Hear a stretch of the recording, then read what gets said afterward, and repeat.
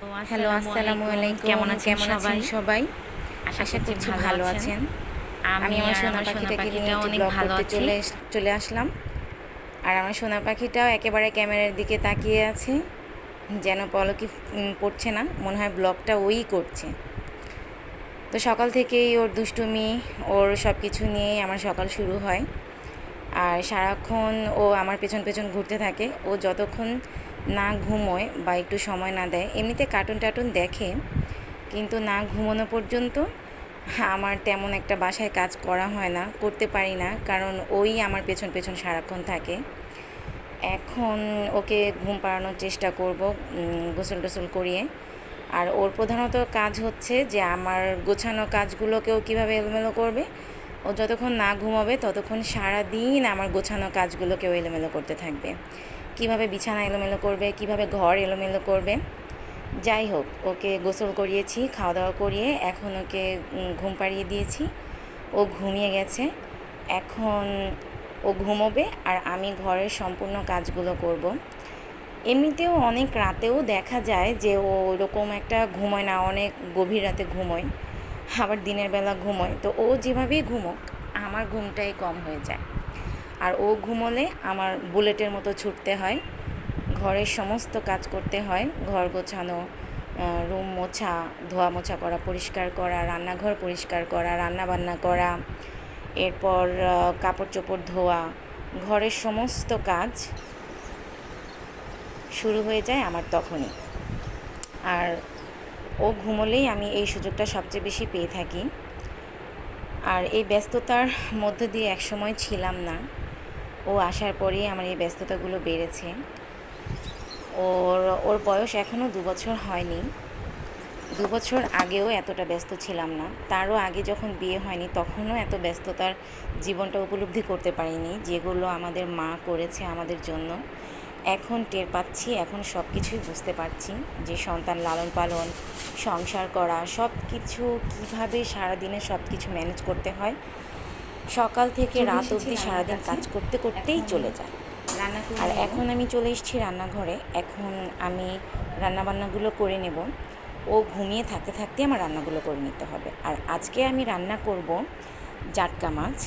এই জাটকা মাছটা আমি পেঁপে আলু দিয়ে ঝোল রান্না করব। যদিও আমার এই জাটকা মাছটা করলা দিয়ে খেতেও ভালো লাগে ঝোল করে।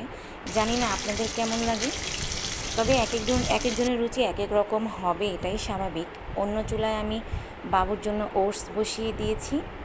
এই ওটসটা আমি রান্না করব গুঁড়ো দুধ দিয়ে। তার জন্য আমি তাল মিছরি, গুঁড়ো দুধ, 1 চিমটি লবণ দিয়ে দিলাম।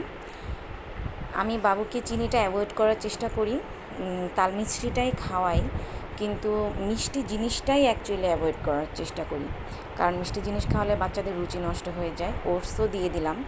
আর অফ ক্যামেরায় আমি মাছগুলো সব ভেজে নিয়েছি। এখন আমি চুলায় তরকারিটা বসিয়ে দিলাম, পেঁয়াজ ছিঁড়ে দিয়েছি তেলের ওপর। আমি যে তেলটা দিয়ে মাছ ভেজেছিলাম সেটাই দিয়েছি। এখানে লবণ ছেড়ে দিলাম। এখন একে একে আদা রসুন, হলুদ, মরিচ, ধনিয়ার গুঁড়া সব কিছু দিয়ে নিচ্ছি। আর এখন মশলাটা কষিয়ে নেব।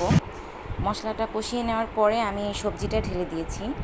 সবজিটা ঢেলে দিয়ে এখন বারবার করে সবজিটাকে কষাবো যাতে তলানিতে লেগে না যায়।